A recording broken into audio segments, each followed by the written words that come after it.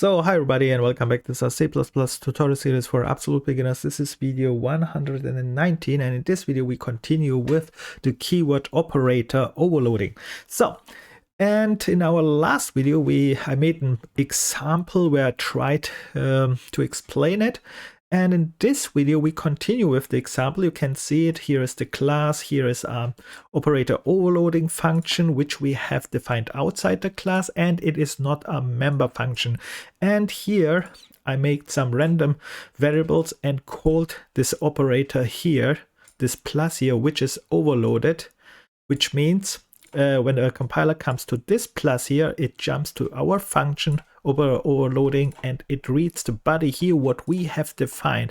And that's why this operator is so powerful. You can define whatever you want in this body, so careful about that, that you are not defining something like I did in my last video with return value string or something. When you have here something like a plus, only when you have defined this also outside in the place where you use this operator overloading, that you make there a comment how to use this operator, because when the programmer reads your code and then he reads your overloaded operator, then it should be very fast clear for the programmer anyhow what this operator is doing, because if it's not clear, that costs a lot of time to analyze the whole code. But in general, it's also not that difficult, because what you have to do is just click this operator and then there is already a tooltip which is describing what the operator is doing. But this tooltip here, which you can see, it's not very helpful. This is just the declaration, because we need really the definition, this body here, and then you have to right click, go to definition here, and then it jumps to the definition if you have the definition. Of course, if you have not the definition, that's a little bit hard. Anyway, in this video we want now convert this function, which is outside the class, and this function is also not a member of this class. We want to convert this function to a member function. And the reason for that is because when we go here to this web page and scroll a little bit down, you can see we have here two columns, and one column is for member functions and one is for non-member function. And it is important to see that there are some operators, you can see here this one, they are not allowed to be defined or declared outside a class. You can see cannot be non-member, which means we have them to define inside a class. That's very important, and that's why we do it right now. We learn how to convert, for example, this function, which is outside inside. And it's also important to check if you are allowed to do this. For example, in my case, I use a binary operator, which is this plus.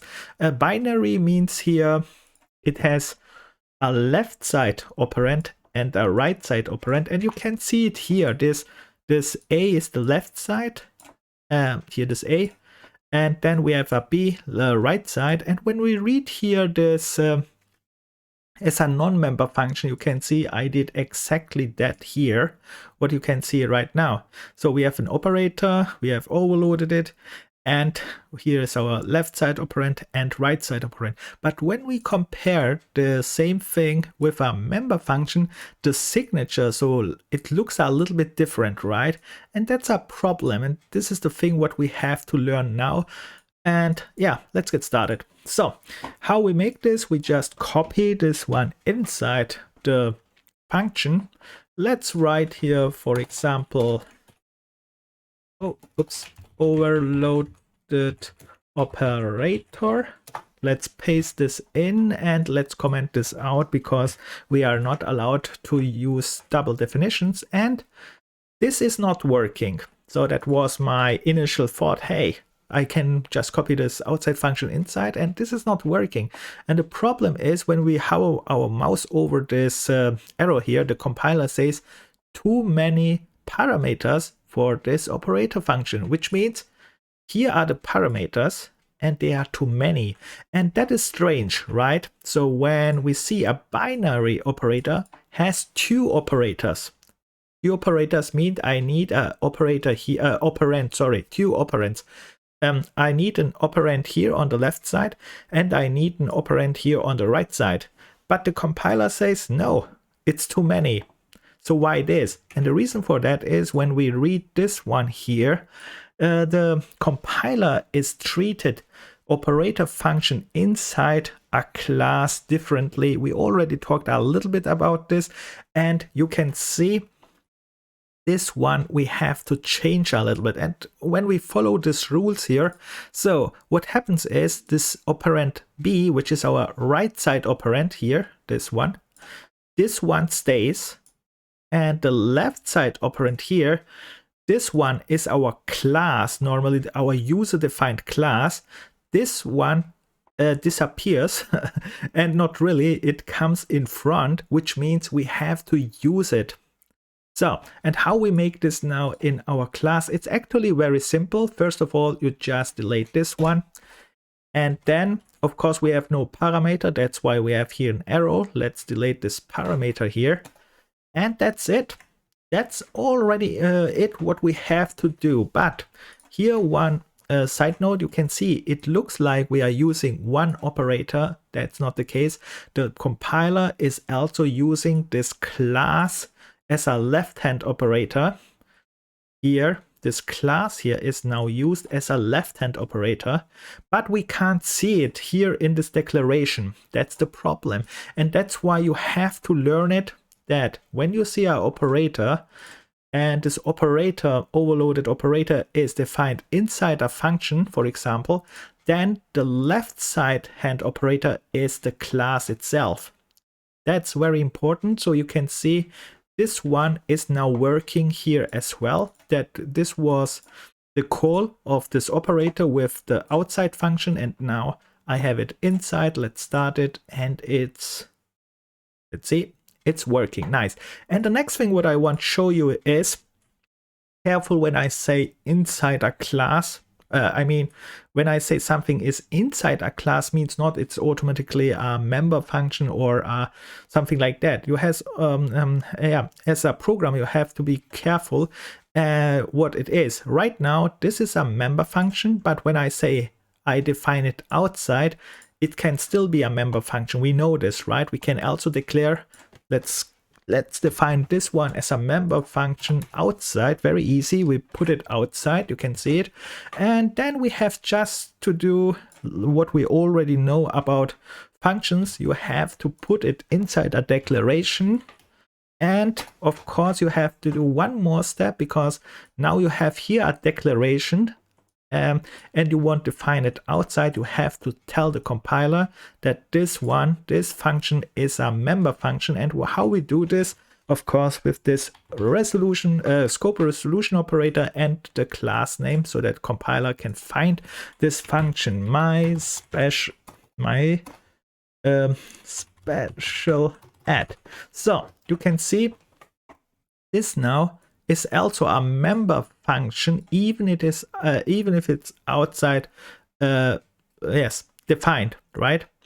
That's careful when you hear anyone, when you hear me saying, if you define it outside. What I mean is the other function here is a non-member function.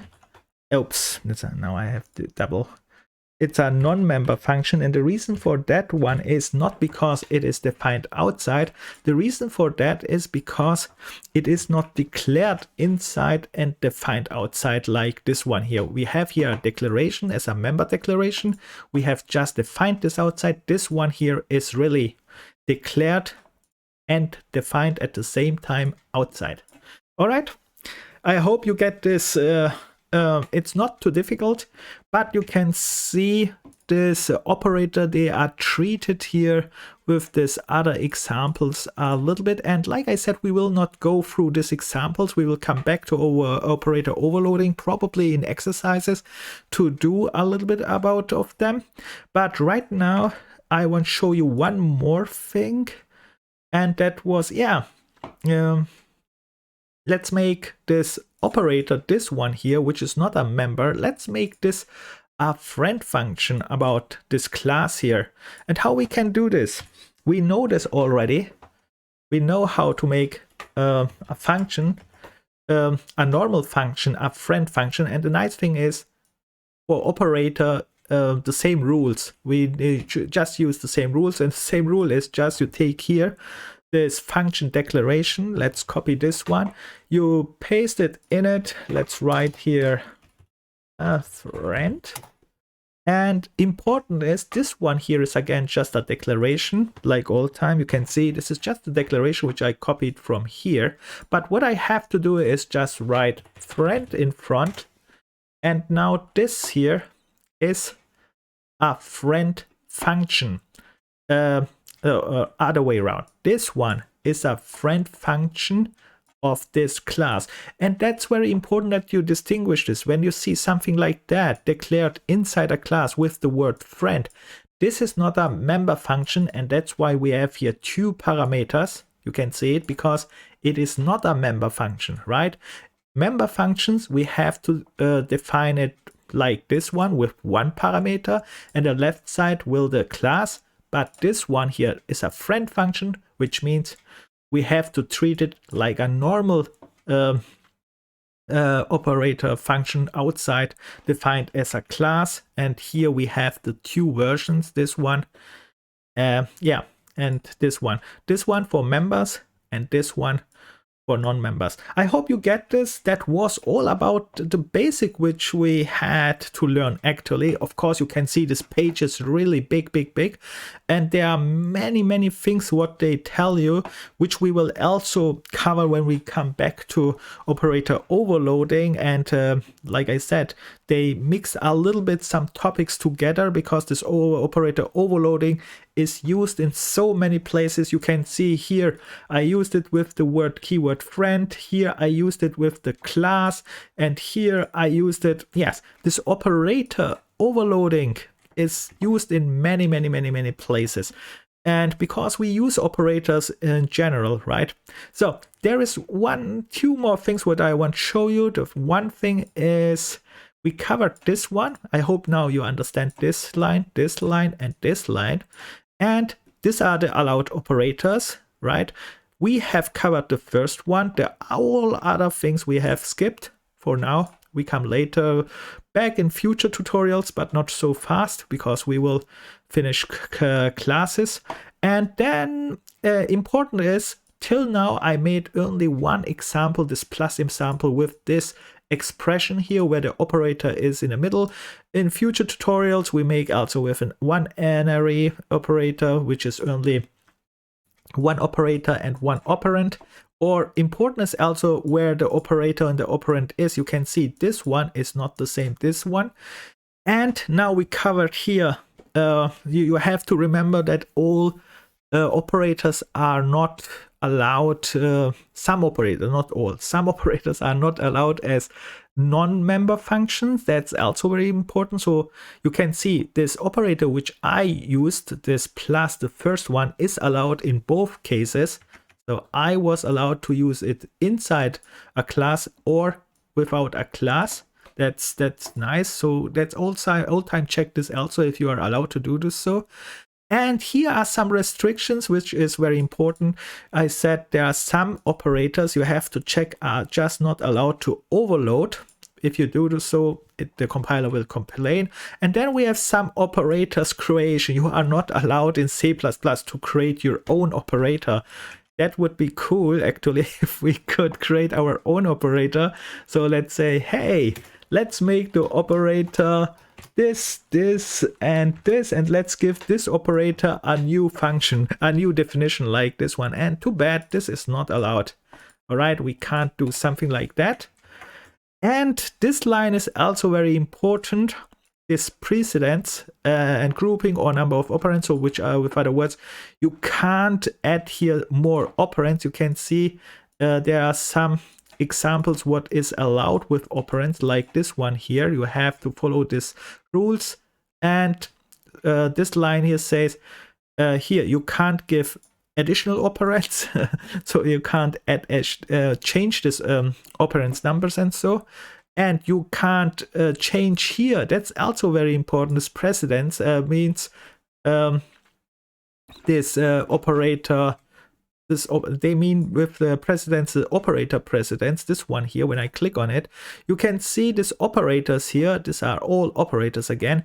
They have a rank, precedence ranking, right? And this ranking tells the compiler which should be evaluated first if you have something like this one. But this one is only one operator, so here is no problem.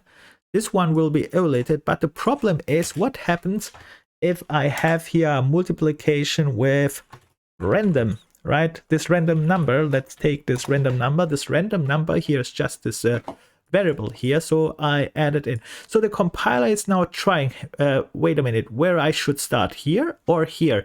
And to decide this, the compiler has this list here. You can see it is called this precedence list, and this precedence list will tell the compiler when it sees a operator here which one you should start. So for in this case, for example, plus and multiplication with two operands, right?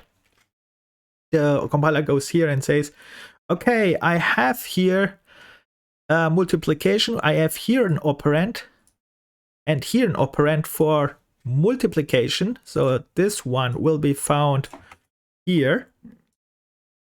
And then the compiler says for plus, I found also one operand here and one operand here.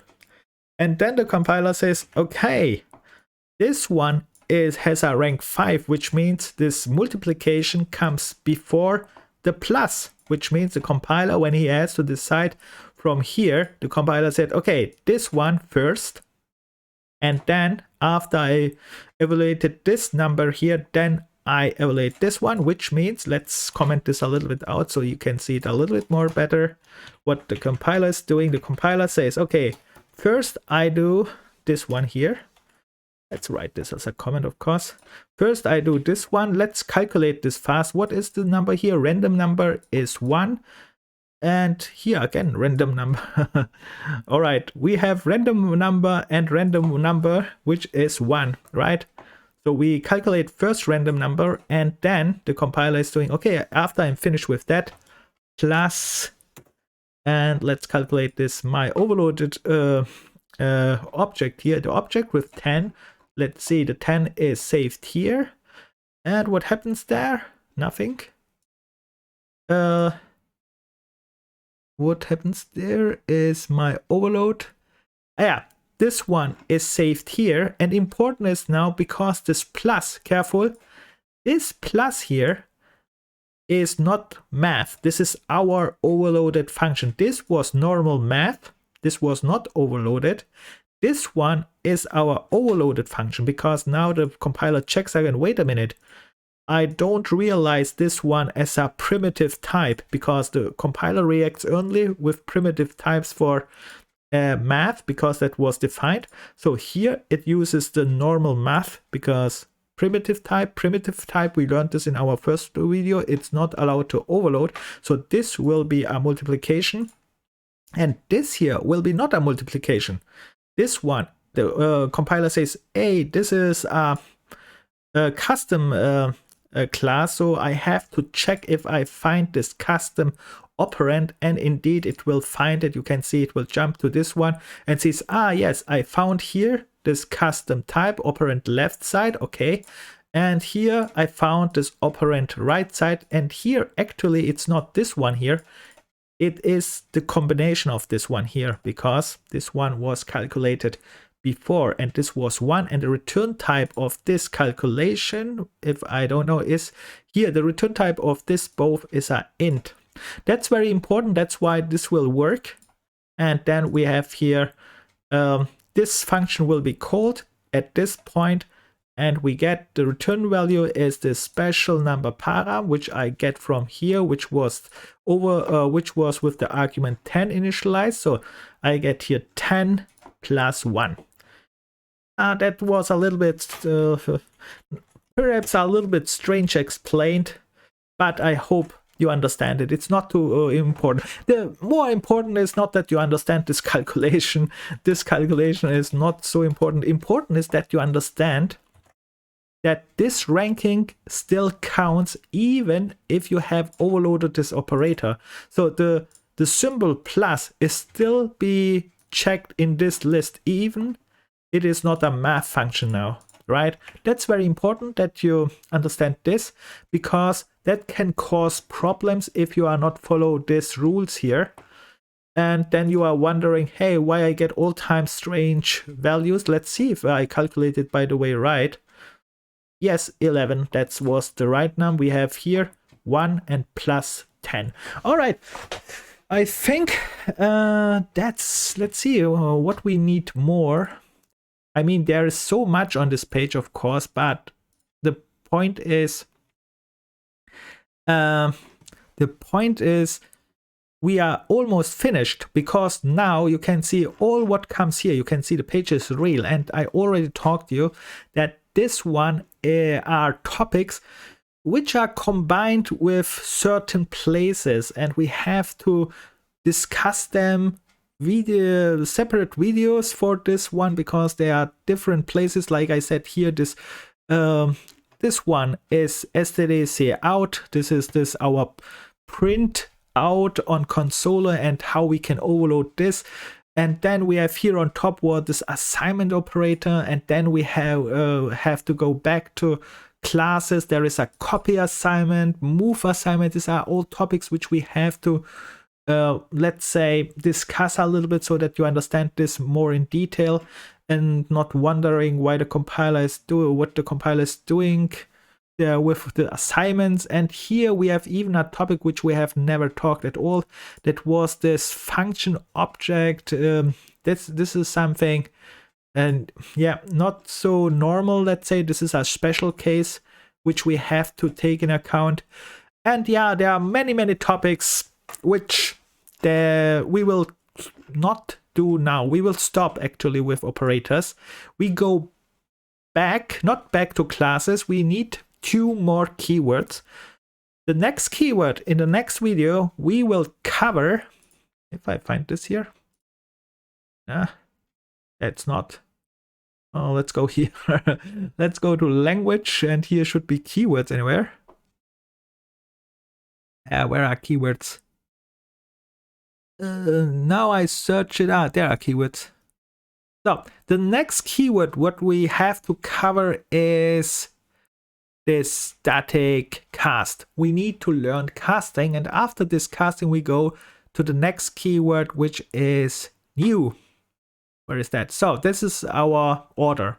So we finished now a little bit about operator. Next is static cast, then new, and then we go back to classes and finish classes. All right, so I hope you understand all this operator, the basics. Careful, we only covered really the basics in operator, but all these examples we will cover in exercises or in additional videos where we cover also the other topics there. And if you have any questions, any suggestions like all time, write it in the comments. And with that said, see you in the next video, and like all time, have fun, never give up. Bye.